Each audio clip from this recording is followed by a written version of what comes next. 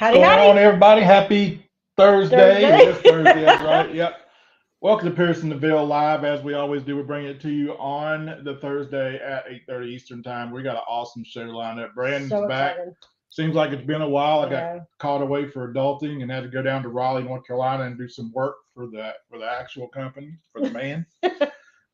Took us out of the stream for a week or two. But man, it seems like it's been longer than that. But welcome everybody for being here.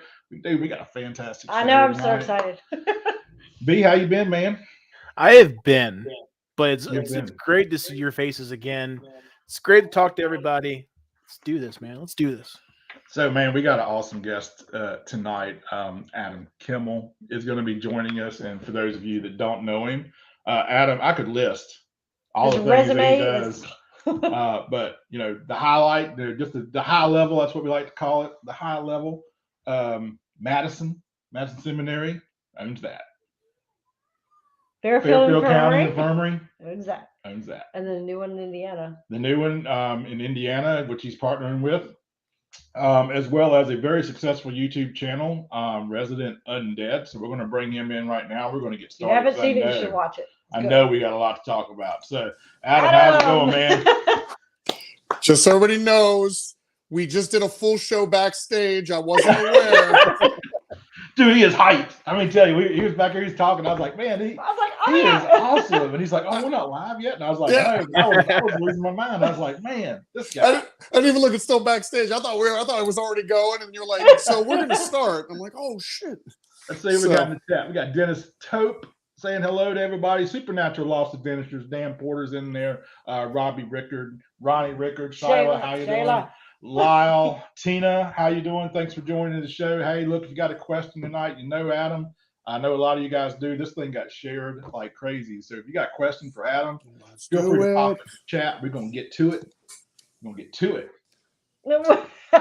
Okay, yeah. Tina wanted me to wear the overalls, but it's still about 91 degrees out here.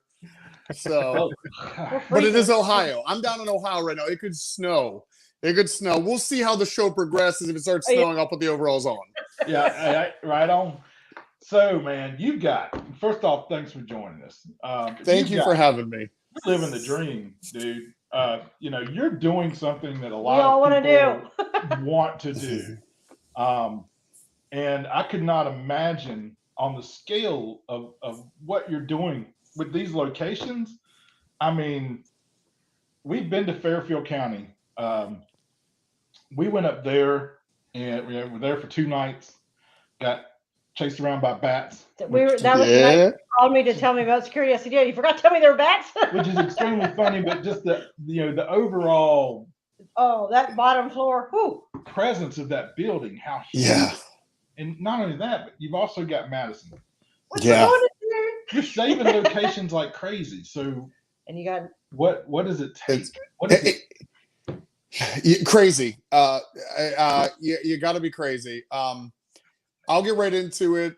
I know most people are like, how'd you get into the paranormal? We're way past that stage, right? Like, obviously, we believe this stuff's real. Let's cut right into it. So, started Resident Undead back in 2010, and I dropped out of college for this. I caught my first EVP, and I was like, I was supposed to go to Washington D.C. for an internship. I had studied politics for 5 years. I was always intrigued with politics. It would have been fine. But I caught one EVP, and I'm like, oh, my God, the shows might be real. Because our frat house had some stuff going on in it, right? But we never captured it. It was just we had seen some weird stuff. But it was when you have that first physical piece of evidence that we all get it.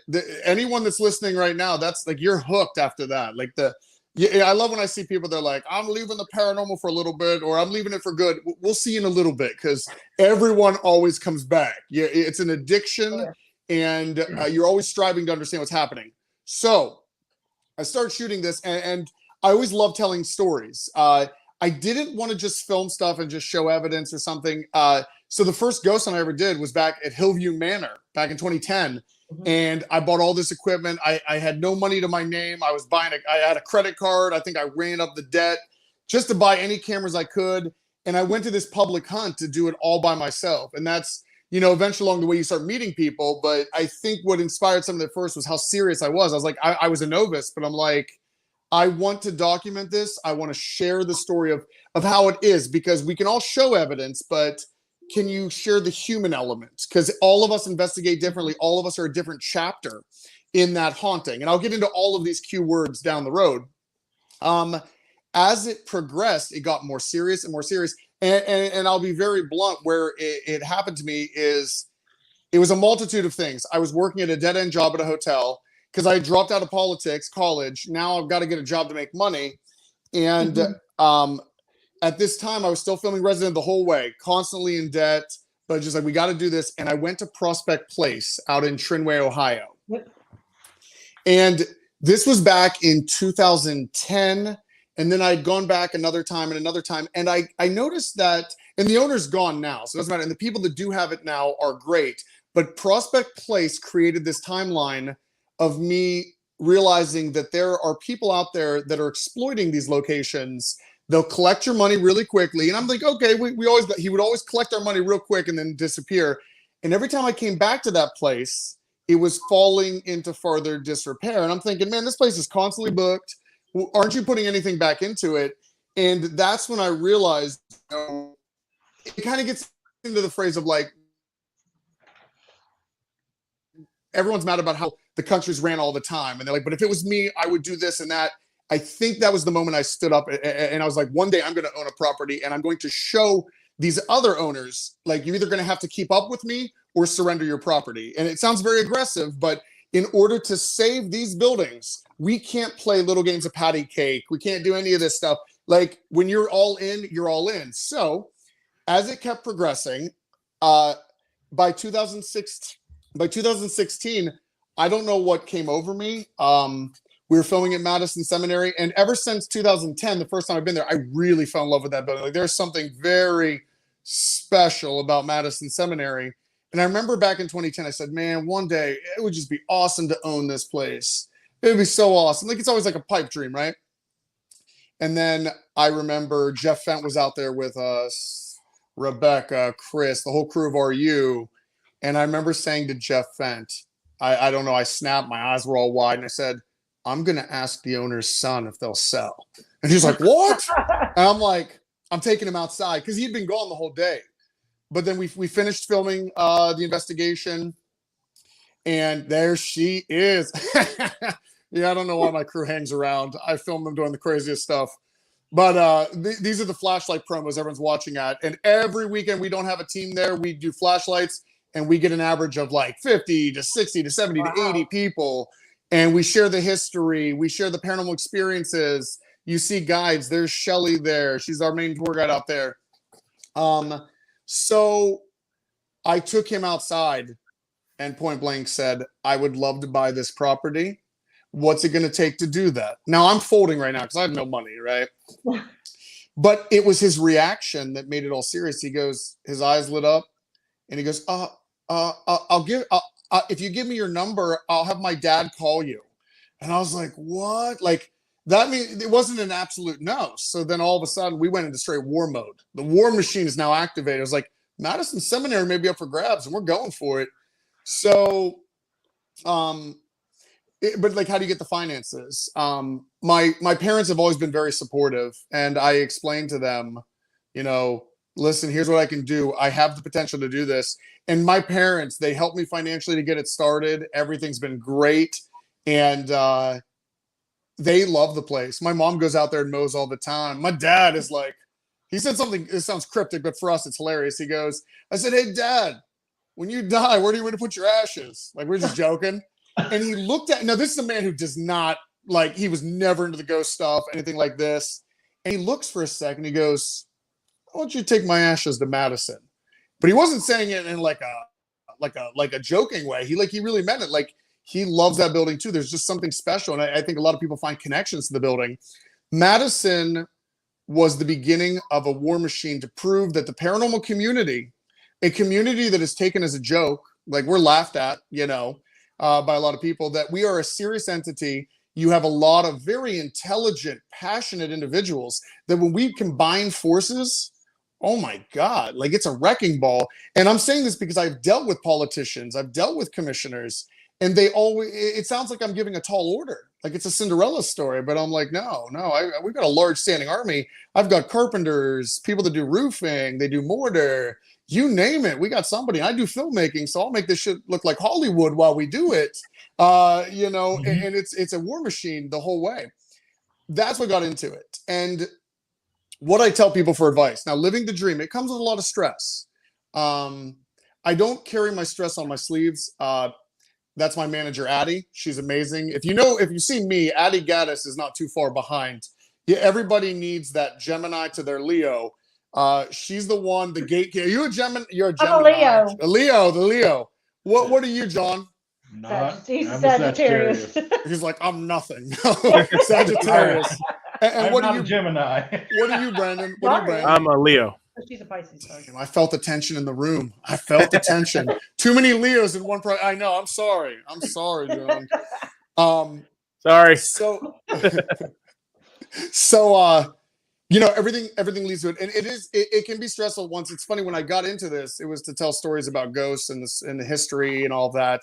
I never thought about the people management because the way I set the properties up is how the way I would want to film Resident Undead. And this isn't to bash other properties, but the formula is very simple. You get the tour when you go there, it's optional, and then we're out of your way. I never like filming at locations where their tour guides have to stay with you, or the owner is like, I live in the building. Like, okay. Because it's always an unknown factor. And if you have people that are not ghost hunting that are running the properties, they don't understand. They don't understand the delicate nature of these investigations. So Madison Seminary, you have the whole property to yourself. We have a back house that's detached, and that's where our guides stay.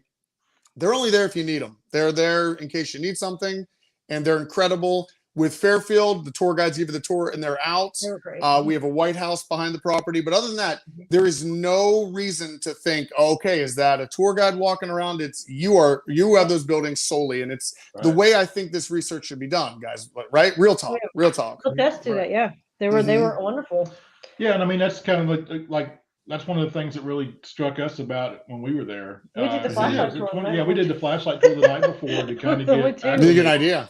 And that, you know, that also makes you feel good because, you know, when you go somewhere and they're constantly over your shoulders, like, do they not trust me? Do they not think I know what I'm doing? I mean, it makes you really feel really insecure too. Exactly. Your team was awesome to work with. They're very good people, and it's a very delicate operation of select people. Like, come on, guys, right? I usually recruit people that are not necessarily in the paranormal, and I do it like the Walking Dead style. Okay, when you meet another group of survivors, they have their own set of rules, right? And that's okay. Every teams can have their own set of protocol, but when you can take people that are new, you're like, hey, this is how our group of survivors works. And it's a very straightforward operation. We give them all the basics of ghost hunting. And I never tell any of my crew, this is the wrong way to ghost hunt that. It's the one thing I do press is the respect for the teams coming in. Stay out of their way.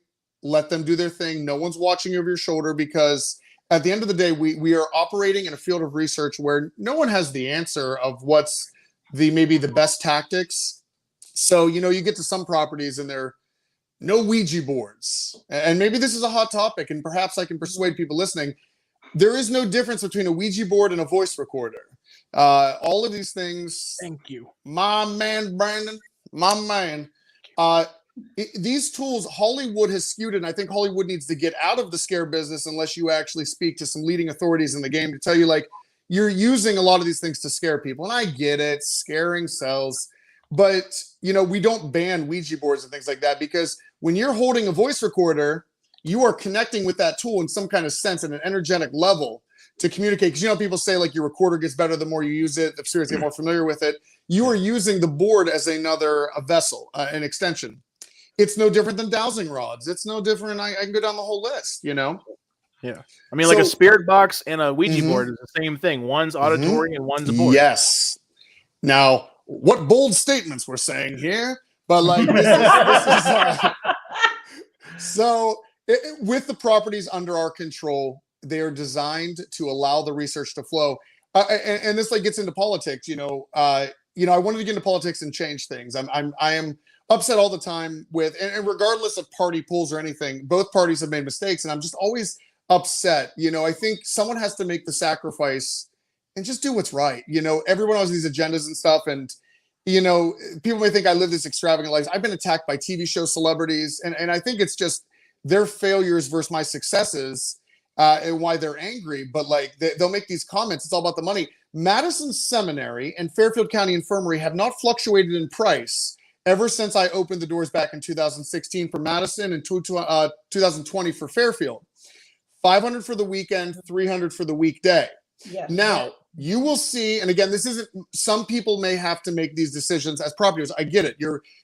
There are decisions, hard decisions to make. But the one thing I did, no matter how bad our economy is, no matter how high gas prices are rising, I'm going to take the L. They're going to take the win, because that's not fair. Everyone's already suffering. So let me I'm going to increase my prices, you know, and I think that's fair, because at the end of the day, I don't want a property where it's like, you have to save up for 2 years to come out here.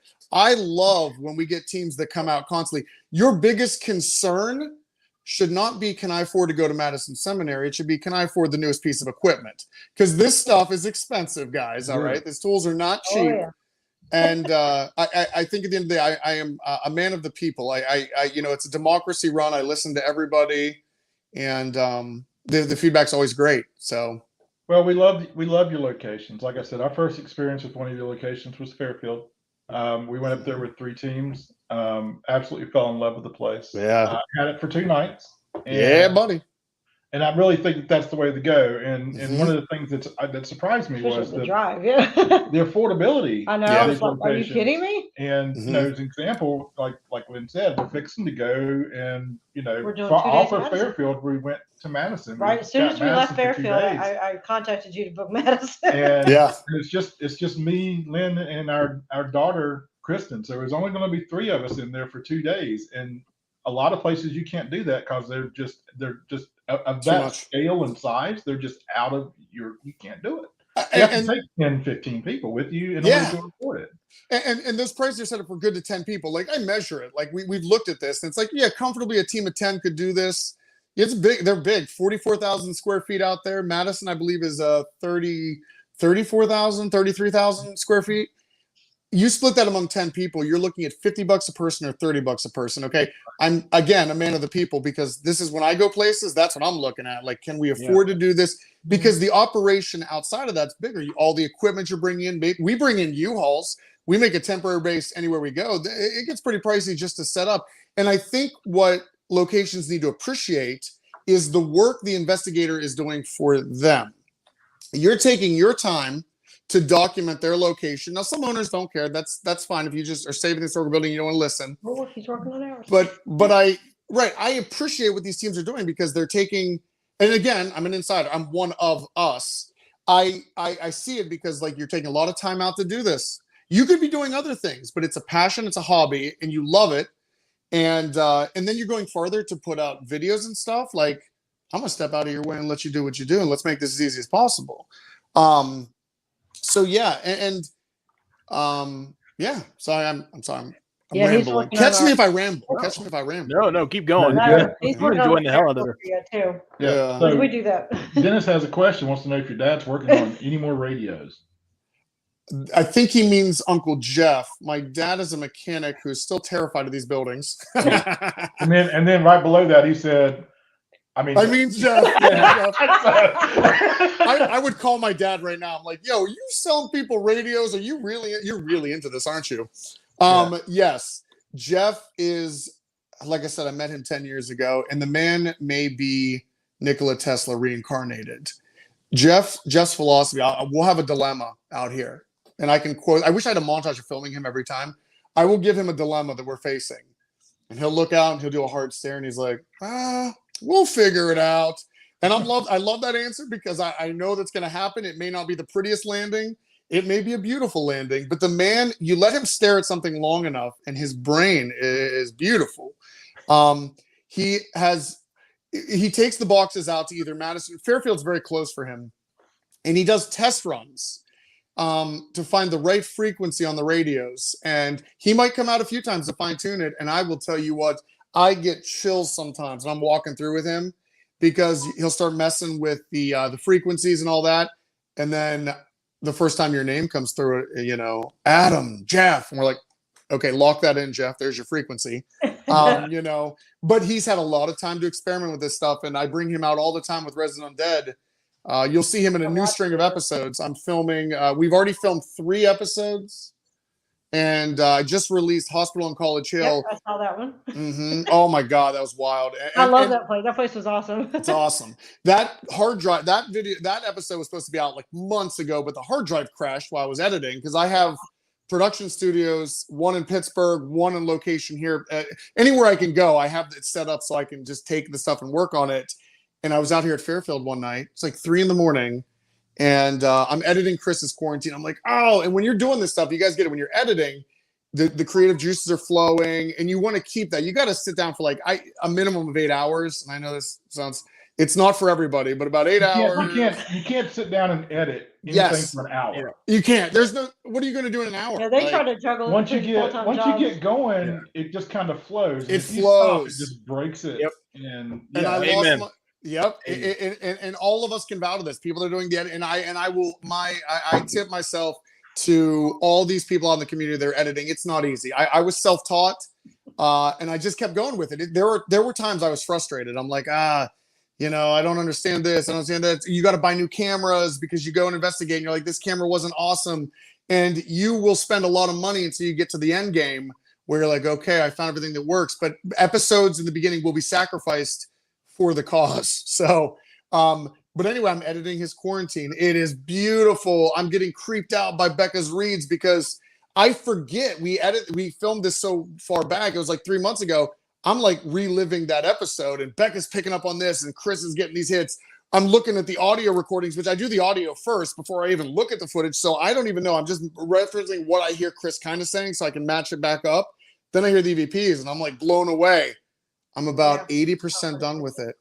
And I go to turn the computer off on a shutdown mode. And right when I turn it off, I hear a weird click on that portable hard drive. And a weird click, click, click, click. And I'm like, in 10 years, I've never heard that. That can't be good. I go to turn the computer back on. And I about died inside. About died. Because I just had spent 16 hours and the hard drive's not reading. It's on a like, click, click. So I got to Google this real quick. And you know they have a fancy name. It's called the click of death. And I was done. I was like, I think I threw my phone. You Google it and it just says, you're done. You're done. You're done. Yeah. And the problem was when we moved all the chips around, like everything was secure. And now I have a safety protocol. Like I have these cases with the chips. They're all organized. Before it was like, oh, it's on the hard drive. It's good. It's safe. No, not anymore. Like I triple back that stuff up. Yeah. So, but it turned out to be an excellent episode, you know. Yeah. Solid state drives, people. Solid state drives. Yeah. Amen. Western Digital was the problem. It was a Seagate. Seagate's my. I always go with Seagate stuff. Solid drive. Western Digital, not bad, but it was the ones at Walmart. So here's the thing, guys. To investigators listening in, and you want to back your drive up. Sometimes spending less money on something, you know. Sometimes you got to spend the money in the right place because this is you spent that all night filming. You need to back it up securely. Yeah. So, yeah. So I was like, Lyle messaged me. He was like, Lyle, because all of us film for the Realm for Paraflix, and he sent me a message saying, "Hey, I lost it." I said, "Lost what?" He said, "Everything." His drive completely wiped, and I saw he commented on here. That was complete and utter hell because you're like, "Shit, what was all on that?" Right. That was on that. That was on that. So it's scary as shit, man. So multiple hard drives, multiple SSDs. Yeah, man, yeah. And with the adventure of Resident Undead, never went to school for filming. It was politics. But when you love this stuff enough, and guys, here's what I got to say, like to people listening, it's never too late to start. Okay, I started doing this in 2010, but I'll tell you what, it's never too late to start. It isn't. There's a lot to learn. There's a lot of people with a lot of knowledge out there. If you love something enough, you will put the time in. Because I remember when I was 26, I'm 37 now. I was 26 when I started ghost hunting, and I went to the Blisk Axe Murder House and all them. I remember what the hardest part was. We're young, we're werewolves still. And I was like, man, all my friends are out at the bar having a good time. And it's a Friday, Saturday, and I'm sitting in editing. And after a while, you start focusing on what's important if you want the long-term win or a short-term satisfaction in life. I actually haven't drank in 10 years. I was in a fraternity, we drank and stuff. And I mean, like, we're talking drinking. I started realizing when you start having purposes and stuff, you start treating this like a full-time job. And that's obviously, guys, it's possible. It's possible. How bad do you want and how hard are you willing to sacrifice? I've had to make many sacrifices. I've lost many girlfriends. It's funny. I was just joking with Addie today. All of my exes at one point or another have messaged back because it's like, oh, I see that you achieved your dream. And I'm like, oh, you're bona fide now. Yeah, Adam's bona fide. They're left on red. It's okay. I've left them on red. But it's one of those things where, a lot of people are not going to believe in your mission. They'll leave you. And I remember this one girlfriend I had back in the day, back in 2012. She said, I'll give you till August to get it out of your system. But then after that, I know. I was like, well, you just signed your own death certificate. I spent many nights listening to audio. And I remember at that point, I realized that, and I do love people, and I'm very empathetic as a Leo. I know that's odd. Leos have empathy. I'm very empathetic, and I understand that everybody has their own things, but I surround myself with a circle of people that are driven, and you have to. We do know that if you surround yourself with negative people, and they're out there, they will pull you down. And I've listened to a lot of podcasts. I try to listen to people that are already in high status of what they do, and it's very intriguing what they all say. People like not Elon Musk, and we can get into Elon. Elon's amazing with some of the stuff he says, but like certain business owners are like, you have to, okay. Let me put it this way. I used to be a tennis instructor for 5-6 years after high school, and into college I played tennis, and there is a philosophy that, you will get better if you play against someone better than you. Now, the person above you is going to kill you. They're going to kill you, and you're not really teaching them something. You have to push yourself and find a tribe of people that are all equally driven, maybe a little crazy, that understand that this mission is crazy and we may utterly fail. This ship could sink. But are you with me? Are you with me? Because this is the adventure of a lifetime. And I have very carefully in the last 10 years surrounded myself with some of the greatest minds in this field and that are driven, that we don't assess risk anymore. And that has led to big success. Like in the beginning, this could have tanked me. I know people are like, Adam had this stuff handed to him. If they only knew the backstory. A lot of hard work went down. They weren't going to let me open Madison at first. And that was a lot of political tape, a lot of like trying to understand what we're doing. They think we're raising demons. And now Madison has embraced this. And they are some of the, I want to retire in Madison, like that city. I love it. Once they understood what we're doing, that is the most receptive town of people, great trustees, great politicians out there, awesome police. Once they see what you're doing and you're actually bettering the community, you're taking a building that's empty, and all this and doing stuff, but it could have destroyed me. But I was like, I could either sit at a desk for the rest of my life, or I could take on this risk and just, what's the point? Let's just go for it. Just go for it. Like when I snapped, I was in a hotel. We got a message coming in. Oh yeah. Actually, and I'll get back into this. Dennis, we have Billy Creek Village coming up. It is brand new, untouched. We filmed that maybe a month ago. Wow. I'll tell you what, when you hear the backstory of Billy Creek, night 1 investigation was kind of dull. Like nothing happened. Night 2, like a switch. And I was blown away. That's out in Rockville, Indiana. And there is another one I haven't announced yet. We just filmed one out here. A wild ride it's virtually untouched almost. And, wow. So yes, actually for this new season or this new year of Resident Undead, we're really trying to hit places we just want to share more stuff, make the grid bigger. A lot of the same locations, that's fine. How counterproductive is someone who owns buildings? Well, it's just like, we're going to get new ones. It's more of like slowly progressing, right? I'm a man of the people. I'm being honest here. Like, I love people coming back to Madison, and it's not bad to also explore new avenues. Madison will always be there waiting for teams. Fairfield will always be waiting for teams. ISS will be waiting for teams. And it's trust me, scheduling's busy. It could be another goal of the community to try to find these new locations. Some of the most wicked locations may not even be discovered yet. Actually, I know they haven't been. Right. Because we're discovering this stuff all the time. Fairfield was untouched for the longest time. We didn't know it was sitting here, and now look, like some of the reports I'm getting in there actually make my skin crawl as I stare at that thing at night. But yeah. but yes, to answer that question, Dennis, and then back on to like, telling people why, we have the risk. It was, just sitting at that. I was working a front desk, and I only worked at a hotel because I could work on my editing and my I'd wait for the boss to leave and I'd pull up my laptop. And then when no one's checking to the desk, you basically have to. I'm scum. I know I'm scum. I sound like I'm scum. I'm a pirate. Nope. I would wait for the boss to leave, and then I'd pull up my laptop and I'd edit, and then I'd go home and I'd edit for another 8 hours. It's a hotel. I'm checking people in. Here's your key. Breakfast in the morning. Have a good time, and then go right back to editing. That was my speech, But then I realized that, is this what I want to do for the rest of my life? And these are hard topics to talk with people, because I think there's a lot of gifted people out there. Some of them are scared because they get into these complacent. Okay, this turned into some kind of like speech on like motivation, and we're going to go there. Keep it going, man. Keep it going. My parents. My parents, and I get it. It goes back. I was raised by my grandfather, and the reason I want to get into politics is, when we were younger, there was like, you could grow up to be president one day, and he always gave me such great advice. He was in World War II in the Navy, gave me great life lessons, and he has molded me into the person I am. That it is about caring about people, because there is a lot of evil out there, but to make people feel better, no matter the wickedest person you found, it is a yin and yang balance. I assure you there is good out there. For the wickedest thing you've had, there are good people as well that can help us. And I knew the side I wanted to be on at a very young age. I knew the team. I'm either a Jedi or a Sith, and I think we can figure out which side I went with. And so my grandpa molded me, and he worked in a coal mine. Hardest working guy. I mean, he did what he had to do for his family, things like that.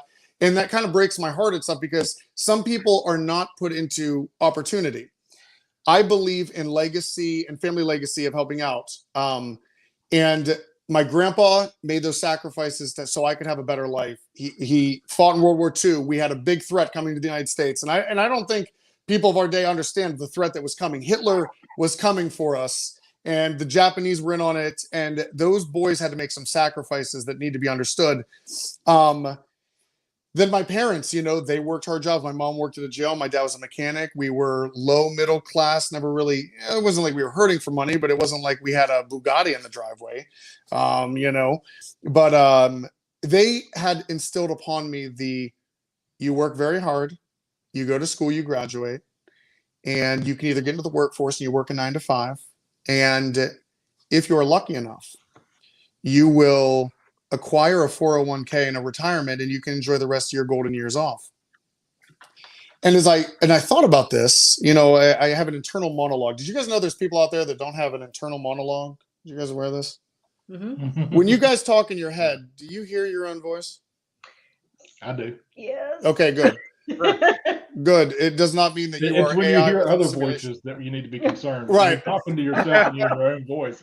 It is called what do they call a linear consciousness, when we can, the way the brain works is interesting. And I remember I used to have, keep that circle tight, Dave. That's right. Dave's a part of my inner circle there. I remember having a lot of thoughts in my head thinking, I look at these people that had achieved big. You listen to Elon Musk's talk, and this was later in the game, but like people like Elon that are talking that you are facing utter destruction in his choice. And he had 2 companies. I believe he started up PayPal and all that, and he only had $30,000 to his name. And that's still a lot of money to earn, but he was like, I could put $30,000 into one business and let it survive and let the other one die, or I could put 15,000 into both and hope that treat them like children that they can grow. But I started analyzing farther that they're taking the risk to build something. And the way I look at it, guys, is none of us are going to make it out of this game alive. I don't want to sound brutal here, but we can look back on our lives and have regrets, or we can ride this and just ride as hard as we can. And if we fail, we fail. But if we succeed, we can change the timeline to create like what we've done with Madison here and all this. I love it because we've altered a lot of timelines. You guys have been out to Fairfield. If I had not done this, you would have not been out to Fairfield, and who knows what would have happened. And we get into creepy stuff here of like, have we saved people's lives? When you alter timelines, someone that was supposed to come out to Fairfield, because they didn't have that investigation that night, 2 days later, they were in a car ride because they were going somewhere else and got into a car wreck and died. Now, it can be dark stuff like that, but I think of how important these decisions are, and it's a little off branch there. But we are changing the timelines and making experiences and all that for everybody to help the community. Let me get back onto that. Is that if you care about this enough, what can you do? And everybody can contribute at some level. If you're not out there saving properties, and I will admit, it's not for everybody, guys. It's not. It is a very cutthroat game. You're talking to a Jedi in the game, and I will tell you, there are very bad entities that would love to put a halter into these projects, because again, we're not taken seriously by some. But everyone can do something. There she is. Oh, look at this. This video shows you 0 hour. They had a haunted house in this building, the jump out scare type, and look at that guy. He's like, let's do it. This is like, it looked like a bomb went off in the building. Oh, this is already even still done. There was a whole maze there. There's Uncle Tony. You know, it was meant to die, and they left it in disrepair. And we got in there and we said, you know what, whatever. You hand us a derelict ship and we're going to turn the engines on. We're going to get this baby flying again. And she is flying. So, but to get into timelines, you know, or what you can do for it, get out there and film, make a YouTube channel, get people interested. And my thing is, when I do the flashlight tours, I'm getting the general public interested in this, because it is seen as a pseudoscience. Like, it's not taking, it's more like, ooh, it's the Hollywood scare kind of stuff. Ooh, ghosts. This is very important research, and we take it very seriously when we give our tours in that. We don't joke around, you know. We make a few lighthearted jokes, you know, with the crowds if they say something, but like, what we're trying to do is create awareness. Perhaps a future investigator or someone to extend this field hasn't been born yet, or is very young, or came out to a tour. And if it wasn't for that thing of coming out to the tour and sparking their interest, our next greatest mind may have never entered the game. So I guess it does sound pretty extreme when I put it that way, but yeah, these are the mission statements. So, yeah. Oh, God. Well, you've done a great job, and you've raised a good point. And, you know, it's never too late. It's never too late. I started 49 years old when I decided I wanted to do a YouTube channel, and we just put out our first actual video. We've done some smaller stuff on our channel, but it's just been a year ago we decided we wanted to start doing some video at these places that we go to. So it's not too late. But in the way that things are today, I mean, you know, you got TikTok. You can make 6 seconds videos and be famous in a matter of just a couple minutes. And it is, and that's and it's true. I have seen some paranormal stuff emerging on, and actually, into my guess, there's a Kalani Ghost Hunter, is his name. Someone I ran into, younger generation. When I was introduced into the game back in 2010, a lot of the older investigators, they were not kind to my entrance, because they're like, I know it all. What have you seen? I've seen it all.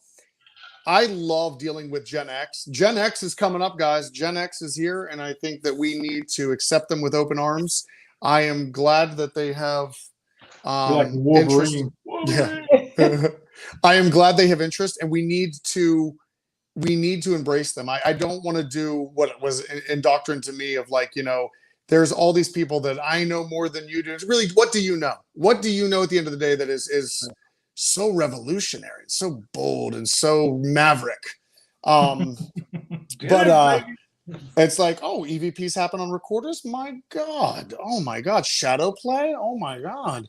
It's furthering the research to another level. And no disrespect to the older generations that come and all that, because it's not everybody. It's like those few in that generation that, you know, it's I was here first mentality.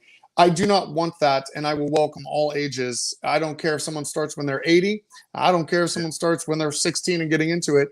But Gen X is very interesting because they do take that. Okay, let's look at it this way.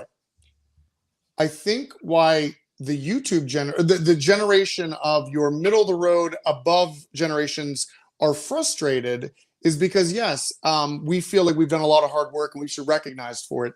That's not the best mentality to have, because at the end of the day, you know, there's only been one production company I've worked with, and the rest have been terrible.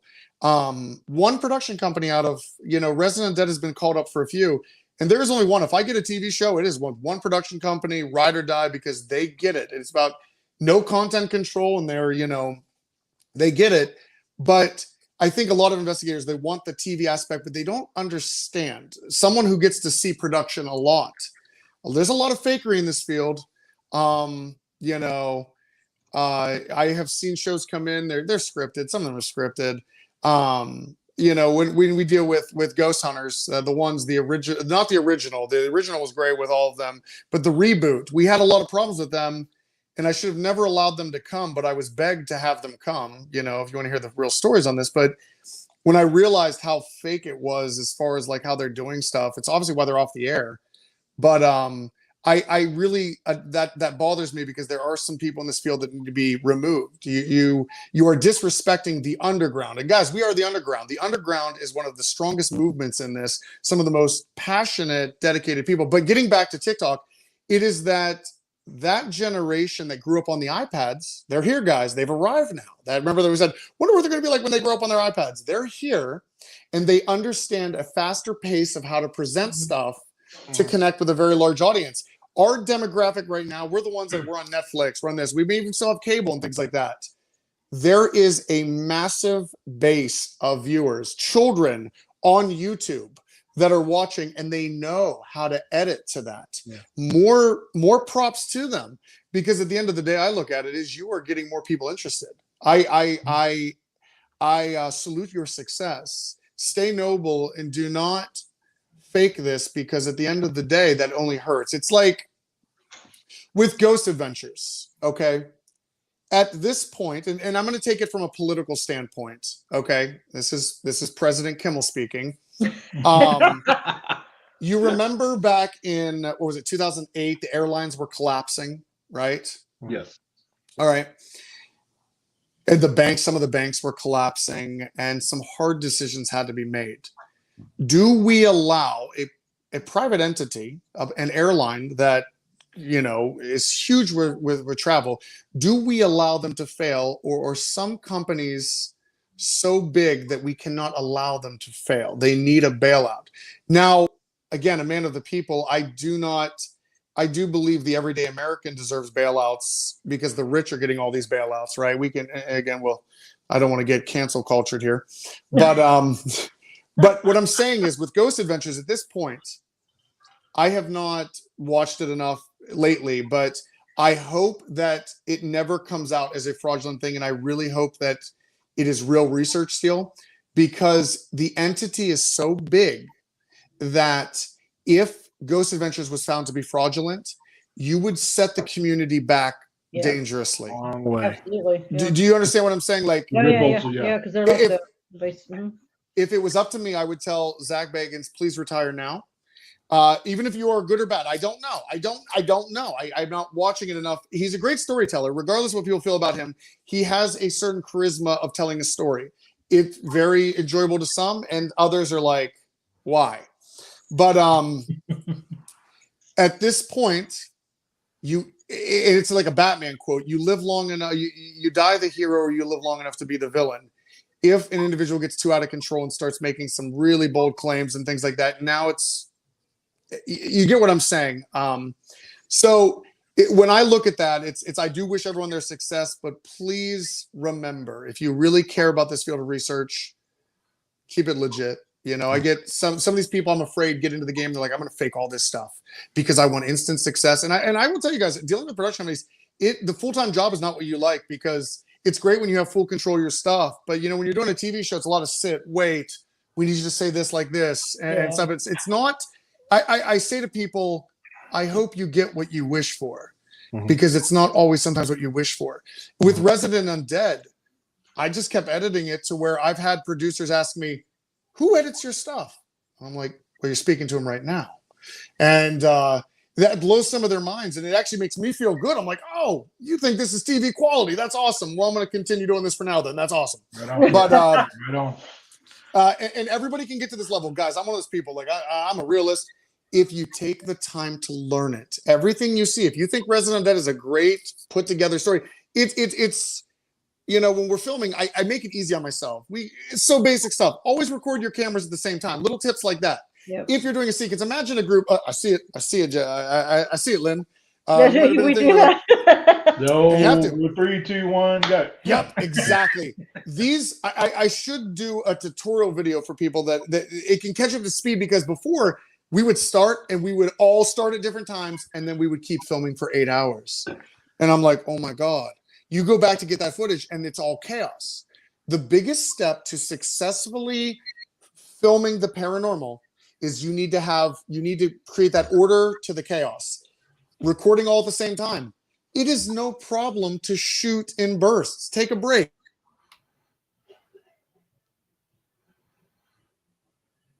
You muted.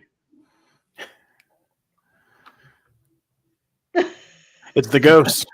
It's the spirits. I don't want you talking. Oh no! Now he's gone. I think he purposely exited and come back in. But it does make a good point. Yeah. You know, and really, kind of filming the paranormal is one of the hardest things to do, because you're doing it at night. You're doing it with IR. You're doing it with natural lighting. So, as opposed to just doing something in the daytime, you have all those factors to kind of take in. It's like the lighting angles. Right. Welcome back. I'm back. Sorry. You've got lighting angles to deal with. You've got darkness, like complete darkness, that you can't point cameras at one another with IR lights, because then that's useless. Chaos. Yeah. And then audio is so important in investigating, and like a lot of these creators, I mean, even people that make TV shows, they don't have to deal with that. They don't. I mean, they deal with lighting and everything, but they don't deal with pitch black. Right. I mean, and the big thing is this, though, and coming from because we all do a show together. When we film The Realm, it's all filmed by us, scouted by us, edited by us. We do everything here in shop. And the one big thing when it comes to whatever you do, whether you do a full show like what we do, or you do your 3-minute TikTok video, you do stuff for YouTube, Facebook, stay true to your product, because everybody is different in their own aspect. Yes. Film for you and what you see, not for somebody else. Because when you film for somebody else and want to please another group, when you're putting out content that you don't like yourself, then you have lost every edge that you have ever had. And you're exactly right. One of the hardest things to deal with, and this is something I'm guilty of, is when you first get started, I want to put out like TV quality stuff. I want to out of the box. I want to do what you're doing, and you just can't. I understand. I know. You just have to put videos and content out there, get people's attention, and then you'll get better as time goes on. But just do it. Just create the content. So many people these days are leaning towards streaming social media platforms. You got Discovery Plus. A lot of their shows are going to streaming platforms. YouTube. I know people that don't even have cable. They just watch YouTube documentaries all day long, and good or bad, but you got to put the content out there. And it really is. And you mentioned a good point.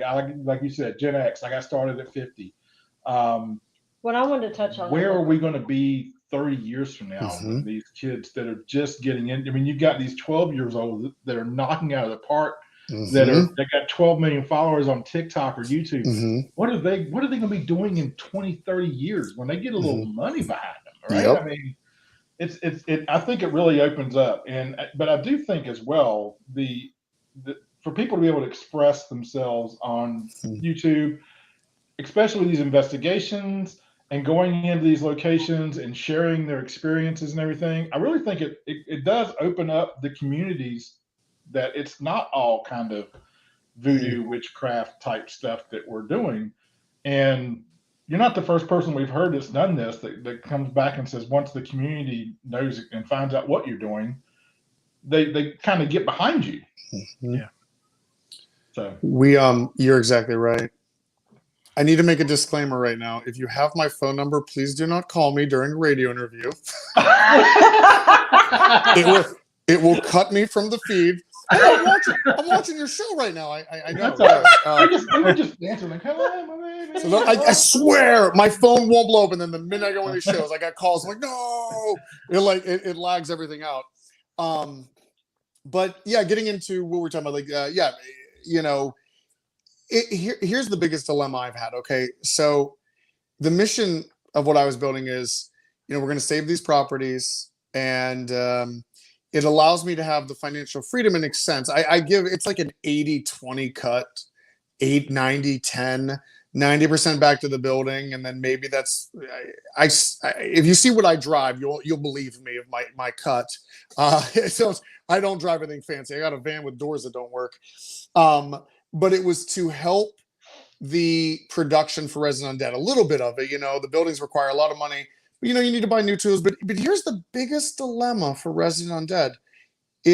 I really feel comfortable with the chemistry of everybody. Rebecca Kirschbaum, Chris Musgrove. I have David Wooliver that helps us, Eric McGill with our production and stuff, and they step in. I got Addie Gaddis, our manager, for pretty much everything. Jeff Fent comes in. I really love the natural chemistry of everybody. That's not a problem. The biggest problem is putting out enough content. We live in a society now where, guys, we're in trouble here. You have these major production companies that can stream an entire show, and now we live in a culture where I want to binge 30 episodes. I am a one-man production team, and I've talked to Eric McGill. If you ever watch Ectovision Paranormal, was his old stuff. His production's great, and he doesn't know when Haunted Minds, his production's gold. And we talked about this, like he says my stuff's great, and I'm like, Eric, you're a liar. Your stuff is incredible, because we're always the hardest judges on ourselves, right? But I said, we flipped, and we're like, what if we work together, like, to build this? But then we started discussing, it was like, if you wanted me to make an episode of Our Haunted Minds, and he was going to do an episode of Resident Dead, it would have a different flavor to it, because as you direct and produce, the flow.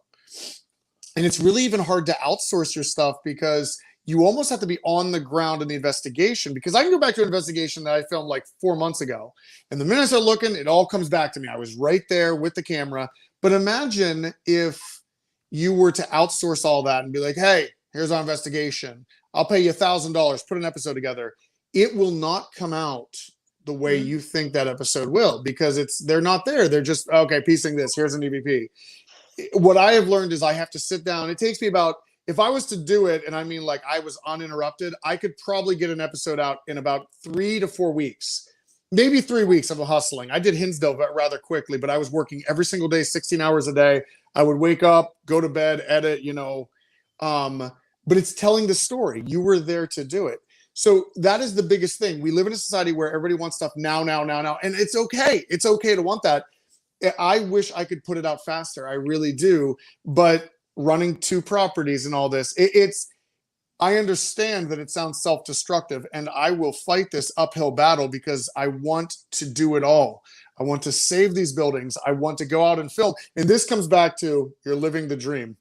The dream's nice, but it comes with one hell of a price tag, because they have that phrase, you have to work 80 hours so you don't work 40. It is constant. If you ask Addie Gaddis, my manager, I don't think we stopped. We've been at Fairfield the last 4 days. We forgot to eat one day. It was like 8 at night. We're like, oh no, we're building stuff. We're ordering equipment for flashlight tours. We will wake up at 10 and we will stay up till 4 a.m. And I look back I wouldn't change it for the world, but it is that kind of just giddy up, again, it comes down to how bad do you want it. And I think everyone in this community has what it takes. You have to sometimes put aside personal problems and strife, or work slowly towards it. Again, like you were saying, John, is that at the end of the day, Addie got us. I think that was yesterday. That was yesterday, Addie. We did forget to. And we're like, why are we woozy? But the best way I would do it, again, it's not too late to start. Set small goals for yourself, okay? And this is even helping people get out of a dark place. When the brain is very fascinating. You need to set small goals for yourself, because the brain has a way to beat depression and things. And I'm not one. I should be able to speak about anxiety or depression. I've never had these things, but I have seen people with it. I know a lot of people that have anxiety, and it has helped me learn. Someone who doesn't have it, that molds with someone with anxiety. I love those kind of brains. Addie Gaddis always joke about her anxiety brain.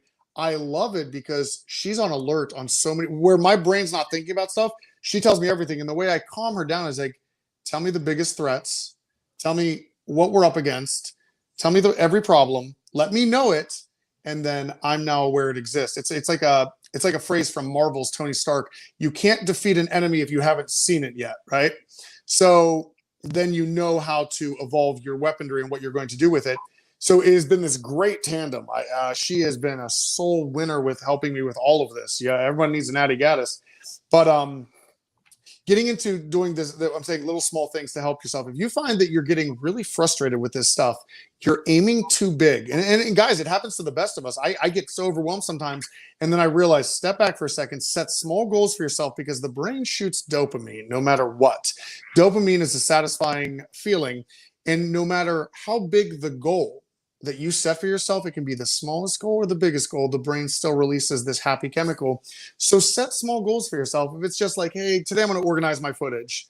You know what, in 2 days, I'm going to review audio.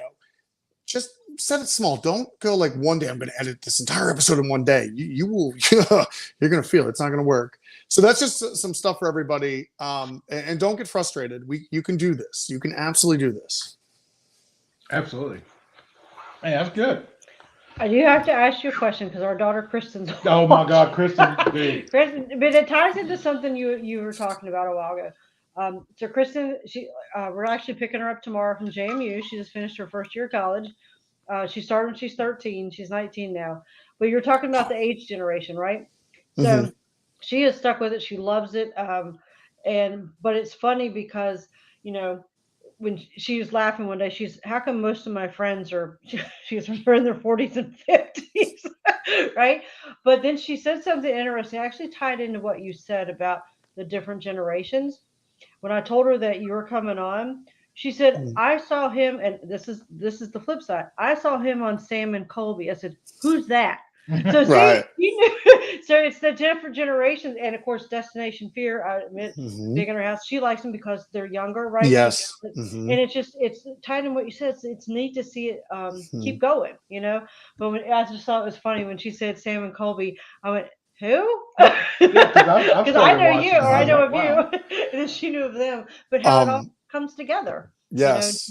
She's like, that's so cool. He was on Sam and Colby. Sam and Colby, great energy, man. Oh my God, I love those boys. I have an unfair advantage, but I will share this, the best I can. I get a lot of privileges to see a lot of teams come through. You get to talk, and I love the exchange of ideas. I love the energies of different people that come in. What I do focus on now, I am very familiar with our generation, the generation above that's ghost hunting. But like I said, we have Gen Z now, and we need to understand the evolution. And they were one of the first. We've had some very, very young teams come in, but they were ones, and they were one of the first serious filmers of that generation. And it was so interesting. Here's an example. They only film with one camera. All right. And we're walking. I know, look at the old generation. What? Follow with, though. This is intriguing because it's not my show to run. So I remember looking at, I think it was Sam, and I said, one camera?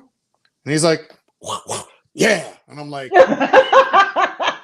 okay. Which I love the energy. I love it. I love being around young people. I'm 37. I want to say I'm so young, but I love that young energy. It rejuvenates you because it reminds me of my fraternity days running around just having fun all the time. But the way it was filmed, it was very interesting because it was one camera and there was a lot of quick reactions, and they were very educated on what they were talking about. But it's funny because that generation where we focus on telling the story of the haunting and that, they're letting that audience live the moment. So when they go and look at the doll, they're like, look at this, because it's just a different approach to it. And it's a lot of fun because I was like, the chaos, one camera, but the way it was swiveling and stuff. And when you edit it, I'm like, how did they catch everything I said? There was no backup camera. But they did it. And they're very educated on a lot of their stuff. And it was intriguing.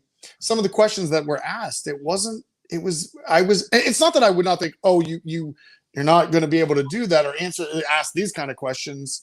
it was very educated. You can't do that. That's preposterous. Get out of here. Right. and their questions are very intelligent. Their conversations are very intelligent, and they just got right down to it. And it was like, what I enjoy about it reminds me of like how we're doing with RU. It's just the adventure at the end of the day. Mm-hmm. It is our adventure in that time. And I'm not to tell you someplace is haunted, it's not. In Resident Undead, I do not come at the end of the episode and be like, man, at 42:03, Elizabeth talked to us. No, there's no receipt to an EVP. I let the audience come to the determination. I'm just presenting as the cards fall. Becca's picking up on this. This EVP's captured. I do a few flashbacks because they intrigue me. If I do a flashback, it's because it's talked about a lot, and sometimes you have to remind the viewer. When you're watching a show, you get so involved in it, it's progressing in a linear format. Sometimes, but you're only in the moment listening. Sometimes you need that flashback to be like, oh my God, that was picked up an hour ago. So I do like that. But Sam and Colby's approach, same thing. It was just the event. It's just this is what it is. And this is why everybody be yourself, because you are your own brand. And in a sense, it is called the cult of personality. It is, and I'm not throwing the word cult like that or anything like that, but like it's the phrase cult of personality is that you don't understand how adored you will be if you are just yourself. There is no one else like you in the world. There is nobody else. Now, maybe you got a twin and it's close, but genetically speaking, I think in today's society, we start realizing that everything is so artificial. We got filters on everything, and this is bad for our children. It needs to stop. That the beauty is natural. Your personality is natural. You've got companies that want to tell you that this is, if you're cool, this is what it is. As you progress, and if younger children are going to listen to this, take this advice that throw all that away. Throw it away. You will learn as you get older. You hear old people, I'm at the age where I don't care anymore. You can get there faster. And where you just don't allow these things to influence you. Allow people to adore you for what you are, because you'll never have to worry about competition. There is no such thing as competition to me. I'm only trying to beat the person I was yesterday. And I mean that. I don't look at another team and be like, man, look what they did there. I don't want to do that. And I'm always embarrassed when I meet people. They're like, have you watched our YouTube channel? I'm like, the odds are no. I don't do it on purpose because I don't want to be front loaded. For one, when Sam and Colby came, I didn't know who they were. I do a little bit of homework beforehand because I'm like, their manager called and all this. I'm like, oh, and I love them. Once I started watching their stuff, I just wanted to get an idea of how they wanted to film it, right? And I was like, love their stuff. You could tell it was well put together, but like, lost my thought. I'm floating away. Did you forget to eat? Yeah, I actually did. I did. What I'm getting is, telling your individual story, things like that, and just be yourself. Like, don't worry about what people. Being the better you is that. How do you really compete against other teams? How do you do that? Do you think that if they go there, I'm going to get better EVPs of Elizabeth or Sarah? No. You have to turn yourself into a stronger war machine of how you investigate. So don't put anyone else on your radar. We're not in a competition. It's not that. It isn't. I want to see the best John, Lynn, Brandon in your own directions, because then you watch the individual grow. That's the competition. Have you progressed in the field? Have you, in 10 years, have you grown individually on this journey? Have you become a better investigator to yourself? Have you learned how to communicate better? Have you learned a better approach? That's how I think the competition should be, because be like, oh, someone's been in this field for 20 years. Are you a career politician, or are you someone progressing the field? You know what I mean? So do you think that raises a good point. And, like you said, I mean, paranormal investigation has been frontline for a very long time. Like, I mean, we got into it because of the show Ghost Hunters, and we're talking about like the early 2000s. Yeah. And I think a lot of, and that brought a lot of good information to users on equipment, proper techniques, things like that. We took that. And then these places like your locations have come open. St. Albans is very popular in Virginia, Battleship, North Carolina, all those places, they're investigated a lot more. And you hear the stories, and the stories pop on one top of one another. And now what we try to do is we try to put all that aside. We go in with low expectations, not with the original stories, and just do you think it's turning more towards the experience? And a good example is Destination Fear. So Destination Fear, I really feel like they're getting, it's less paranormal investigation and more that raw reaction to the events that are going on without them. And I think one of the things that attracts me to them is that genuine reaction to what happens when that flashlight turns on or that piece of equipment goes off. It's not so much the questions they're asking, they're just putting themselves in uncomfortable situations and letting these locations come to them. And I think that's what puts them on top right now. Yes. And I think what is great, Med Dakota came out to Madison.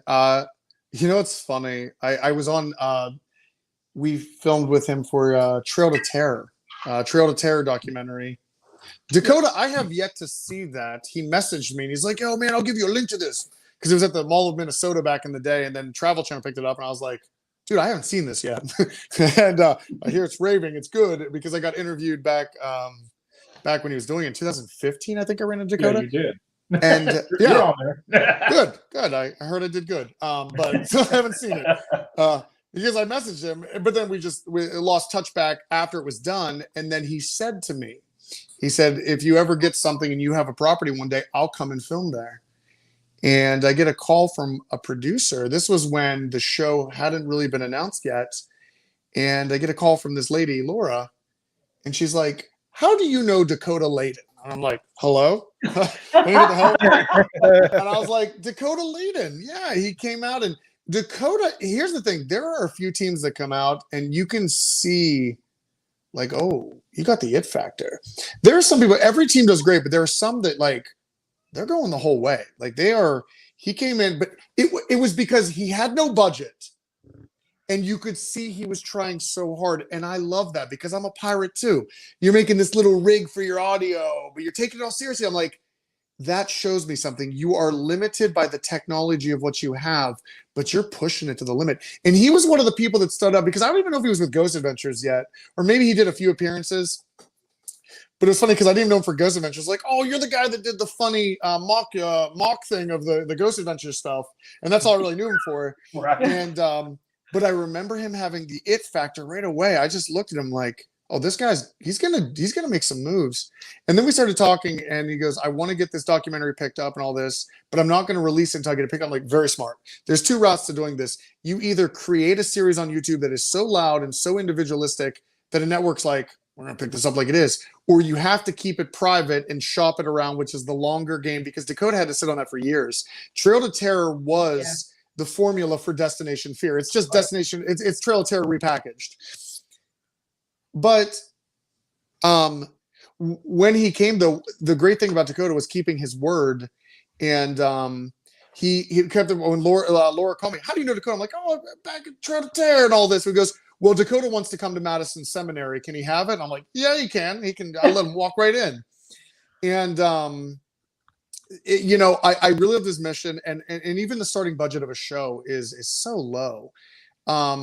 What happened is, I don't think a lot of people know this, and when they were filming Madison, I wanted him to be armed with the best thing he can be, and I let him borrow one of my DR60s. The recorder you see on Destination Fear is from Resident Undead, but it's not Pandora. It's Pandora. No, is it? We call it Pandora for a reason. It's actually from the Greek terminology. When I realized the power of that recorder, I was at Hillview Manor and this guy was walking around with one, right? And I started hearing it because Candy, there was a girl named Candy used to own Hillview. She had one of them. We did an active EVP in my brain. The minute you hear it first, I'm like, I actually heard the voice. I didn't have to it's voice activation, so it comes really quick. And anyway, I was blown away by this. So there's a Publicon. This guy's walking around with one, and he's like, "Ghosts love me. I'm a ghost magnet." And I'm like, "Listen, monkey, it's the recorder. I could give that to a chimp, and if they press record, there is something about the recorder." And I have a lot of them. I have a lot of those recorders because I was buying them a lot back in the day. I knew their specialty. I've lost count at this point. I've got them stacked, but I'm over 20. But it's not for sale. They are. You're the reason why we can't find them. No, I can tell you the reason, because old Kimmel boy never. I always taped up the name on it and stuff. When this guy at Hillview was there, I followed this guy all night. I'm like, all right, I'll feed your ego. That's fine. Ghosts love you. Ghosts love you. And at the end of the night, when I was like, I had him all warmed up, I was like, hey, by the way, what is that? And the minute he said the name, I kept repeating in my head and I walked away because I'm like, oh, I found the nuclear weapon. And I went back and I bought one. And I remember the first day I bought one, it cost me $400. That's cheap these days. That's cheap now. People are like, oh my God, it's $400. I'm like, I wish I could go back in time. This is like buying Apple stock in the 80s, guys. If I could go back to Radio Shack back in like, oh my God, I would buy them all. Hindsight's 2020. I remember, and I'll get into this, the evolution of this, realizing that this tool has a glitch. And sometimes these recorders are never meant to talking to the dead, but its glitch was perfect. And I'm sure somewhere in Japan, this factory is sitting there with tons of recorders in them. And they, they just stopped production. But anyway, I ordered my first one, $400. I didn't take a credit card out for this. By this time, Adam Kimmel is in debt, like a lot of money. But I'm like, dude, I got to buy one. I got to. So I bought one. And I remember the most pivotal moment. And I'm like, this is Kimmel 2010, dude. I open it out of the packaging and my heart's racing. I'm like, please don't be a bad investment. Please don't be a bad investment. And I didn't know how to work it just yet. So I play with it a little bit and I ask one question. I'm like, if anyone's here with me, is there anything you'd like to say? I'm still getting chills because I've never told this story. And I play it back because I'd watched it a ton of times being used. I'm like, okay, you hit this record button and it looks like the wheel is a playback. I hear my question coming over. I'm like, oh, and I'm like, come on, this is like fishing with dynamite. The guy had it, and it plays back, and there's a little bit of static. I'm like, oh no, it's not what I thought. And then all of a sudden, Class A EVP, Adam, like that. And I remember like, oh my God. I'm like, I'm getting on eBay right now. And I was like, I'm never going to have a house. I'm never going to have a car, but I'm going to have a house. And I was like, it's the Holy Grail. It's the Holy Grail. And that's all I needed to see. So I started buying a ton of them. And here's where it happened. I had to watch the Constantinos on Ghost Adventures to see because they never showed theirs either, right? Yeah. And here's the thing. It wasn't out of greed. It is creating. The problem is if you show an item, people that are not ghost hunters are going to scarf it up to resell it to us, right? I'm protecting the market by keeping the identity not in your face. Look what I got. Because if the wrong people, there are a lot of people out there that have more money that are deeper than all of our pockets. They will know that there's something out there, and then guess what? They can inflate the market. It was over $4,000 now. Yeah, I don't even want to say about what I charge, what I pay for the last one. But it's about protecting these nuclear weapons. But I was going to say, I know where it went awry because, watching the Constantinos, I had to freeze frame. I was like, oh my God, that is the recorder. Like literally freeze frame. I think they were at the gold, what is the one? The gold, Gold Mine Inn or whatever, where the documentary was shot. They did a news report and they did it in real time. So I'm already blown away by this tech. Here's where it went downhill. I covered mine up because I'm going to protect the market. Why, if I do this, like, yeah, I kept it low key about what this was. I always taped them up and everything. Hey, Sue.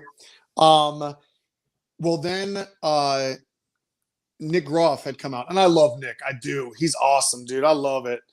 And I remember he had one of the Pandoras. I call it. Oh, and I'll get back to why I call it Pandora here. He had one of the recorders.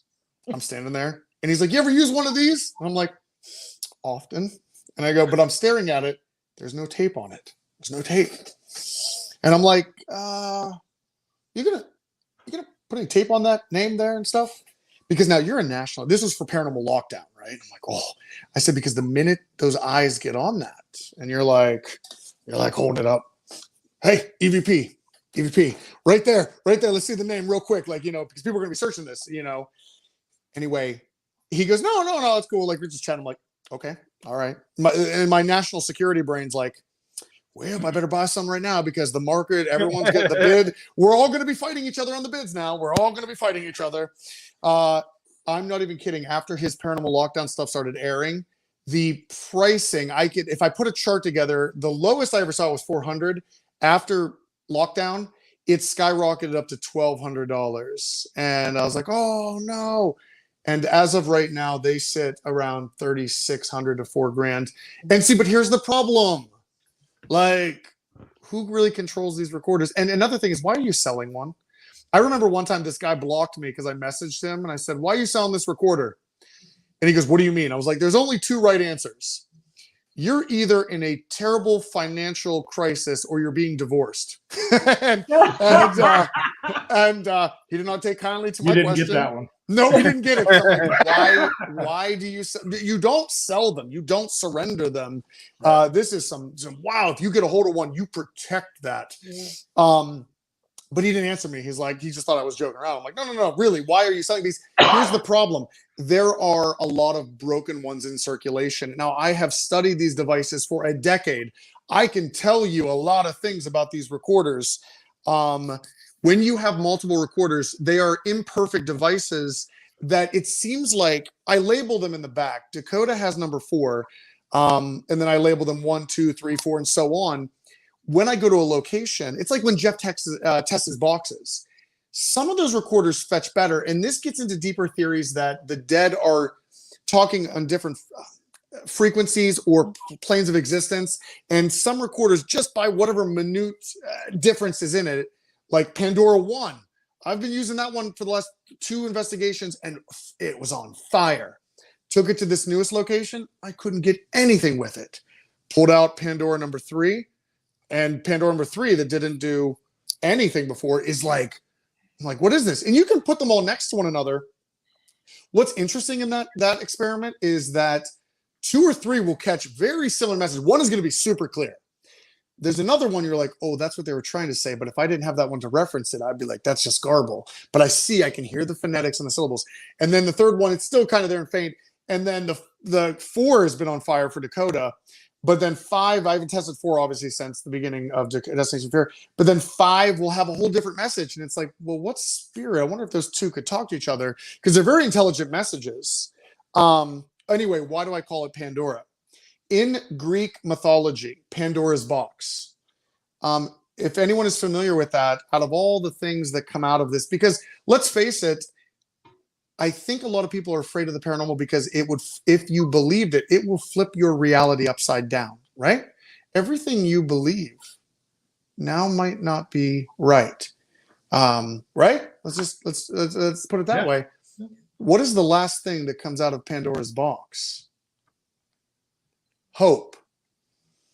So because of hope, these recorders are allowing the dead to speak to us, and it is the hope that we actually can have communication and understands what's happening. Because, guys, there's something happening here. Come on, political science dropped out, like 5 years of college out the way. This research is very important because there are a lot of people that I think frustrated in life, and they just don't know what's going to happen. Some cling on to religion, some cling on to science, some have their own philosophies. It is man's biggest mystery. There are 2 things: the exploration of space and what happens after. And I think when I realized you can become a politician and you can do good for this country, or you can get into this research and try to answer one of man's biggest questions. You get what I'm saying? So hope, Pandora. Yeah. Wow. So yeah. Guys, I really appreciate this. We're like 30 minutes over. I appreciate this because we've got deep. We've got deep, man. Do you live near Madison or Fairfield or neither? Everywhere. I either live in the back house there, the White House here. Well, if you're ever near Madison, June 26th and 27th, that's when we're there. We'd love to meet you. It's very possible. I do try to I've been spending a lot of time at Fairfield because we have FCI Con coming up. And that is we have a lot of cons coming up, and that's why I'm finding a lot of time. And I really appreciate you guys tolerating me and my ridiculousness. No, you're fascinating.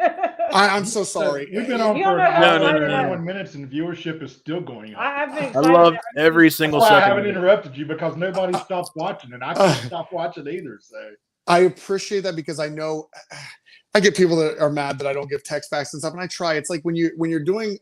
I feel like Elon Musk. I feel him. I feel bad for Elon. He's like in an interview, and this guy's like, "Are you happy?" And I'm like dying. I'm like, he just asked Elon Musk if he's happy, and Elon just looks. He's like, "No, I'm not. I'm not either. I'm not either. I'm not happy." It's Rebecca Kirschbaum. She's amazing with future sight. Obviously, the Fairfield episode talks about this, and she told me a long time ago, she goes, "You're not going to get what you want." Because when I started back in 2010, I'm like, oh, awesome, we're going to get this TV show. I'm going to keep building Resident Dead up. And then this network's going to pick us up, and they're not going to change a thing. Dude, what a lie. They're not going to let you do that. But I was naive at that time, and I was like full blown in. And Becca gave me a very creepy, like, dude, her reads, man, I get chills. Some of the stuff she says. Thank you, Tina. I'm sorry the overalls didn't come out. It's not snowing. Next time. She gave this future sight. We were at my parents' driveway. I think we were dropping off equipment or something because I had no like base at that time. She had this image and she goes, "Oh my God, you're going to be very successful, but you're not going to be happy." She's like, "Thank you. I don't know how to answer that. Thank you." And she goes, "Oh no. And the future isn't what you see. What you see Resident Undead becoming. No." She's like, "The future I'm seeing in this timeline coming is like, it's not Resident Undead." Because if you look at the old 2013 Resident Undead, we were babies, very maverick. And Becca's scary. Dave Wolliver is the production team, and here's the crap she rattles out. When people don't think this stuff's real, like, oh my God, we need to have another cam shooting live on her sometimes or something. Like, she says stuff that's like, how do you know this? Becca, you know what a good psychic is a psychic that doesn't want to do this stuff, because Becca doesn't really want to ghost hunt. And I'm like, Becca, please, you're really good. She would rather eat chocolate, eat pizza, drink wine, and watch Netflix. That's what a good psychic does. But like, I still drag her out because I'm like, you're one of the best. And for 10 years, she keeps blowing my mind. But let's get into this future sight stuff. She had told me and about being happy. I understand, like, there are times I'm not happy, but you have to, you're married to the game. I'm stressed out a lot. But I don't wear it on my chest. I smile, I laugh. And, but there are times like, I spend a lot of isolation. I'm constantly editing. I'm working things in, and I love this. I do, because I really believe this is important to do this. We need to figure out what's happening. So I'm willing to push myself and sacrifice experiences, memories. I got friends that, in the beginning I was killed because they got to bar, they got to have fun and stuff. And I'm like, here I am editing. But it led to something bigger. This success comes with a price tag. And I get people that message me all the time. I want to buy a building. Give me help. I'm like, no, you don't want that. If you have to ask for help, this may not be for you, because in 2016, when we had Madison Seminary, we had nobody. There was no army. Addie Gaddis and I, Becca, Wolliver, all of them. But Addie Gaddis and I spent a lot of time at Madison freezing, and we knew how big we could take this. But guys, it was not glamorous. It was not. We were sleeping in a freezing building, barely any money coming in. We were shut down. And you have to be able to have creative methods, and better be good with diplomacy, because, I had to keep my job. I had to make income somehow. And what was holding us back was getting the green light just to open up. Once we opened up, we were fine. But like, a lot of people have to understand, when you buy a property, I'm sorry, most often than none, you cannot just buy a property and start ghost hunting in it. Residential buildings, yes. But let's say people are like, I want to go after this giant building. You have to do code. We had to learn all these things: fire code, building code, group uses.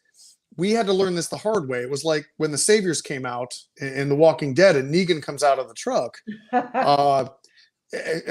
Aging out here, but like when we first ran into that, it was like the Saviors found us, and they were like, you play by these rules, we get, this. And that's the way I always joke about it. It's like, it was a learning lesson, man. I felt like we just took Lucille to the head, man. So this comes with a price tag. And I'm just telling people right now, if you spread the word, if you want this lifestyle, it will come with a price tag. And Becca reminds me all the time. And she's like, and if I do say this, because people probably do wonder this question, is he happy? He's always laughing on this, but like, there comes a reality down to it where I'm just like, I would never quit, but sometimes I got to center myself and just breathe for a second, because you got a lot of battlefronts. You got a lot of battlefronts everywhere. And there's a lot of things behind the scenes that people don't see that we do to protect this.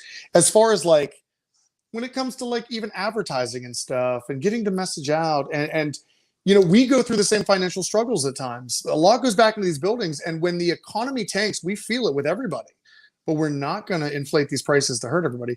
So it's a lot. So I guess when I got into this back in 2010, what Becca was warning me was, you didn't understand what came with this. It's a lot of other things. It's not just filming a ghost show. You're literally building a community.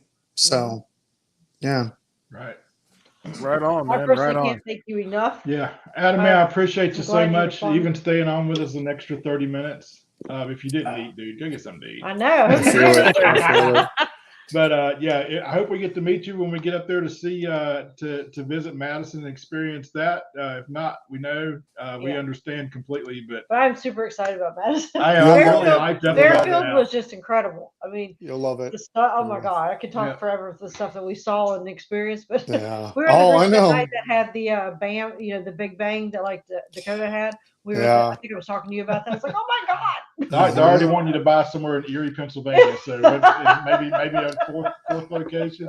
Right. But Adam, I see that. thanks, buddy. I Wow. appreciate it, man. It was a great Thank show. I you appreciate Thank it. you, guys. Taking an Thank hour and you. a half and coming and spending it with us. You're awesome. Thank It's you. amazing, dude. You're Amazing. inspirational. And for everybody Thank you. that joined us tonight, we appreciate you watching. I posted up the things. We'll post some links at the bottom of the comments to Madison, to Fairfield, to all the endeavors, including the YouTube page for Resident Undead. Which is Go check really them good. out. Really It's good. really awesome work. But we won't be streaming next week because We are going to the mountains. We're going to the mountains. We're We no will- cell we- phones, no nothing. yeah, We're no going to cell unplug. service. We're I'll doing still be the here. family. I'll be here. Spend time with the family. But we'll catch you the next time that we come back on, folks, and we appreciate you. Thanks, Adam. Thanks, Adam. We'll see you. John Lynn Brandon, thank you. And Thank again, you. You're the best, have a man. You're the great man. night. Keep up Till the great next work. time. See you. Thanks, guys.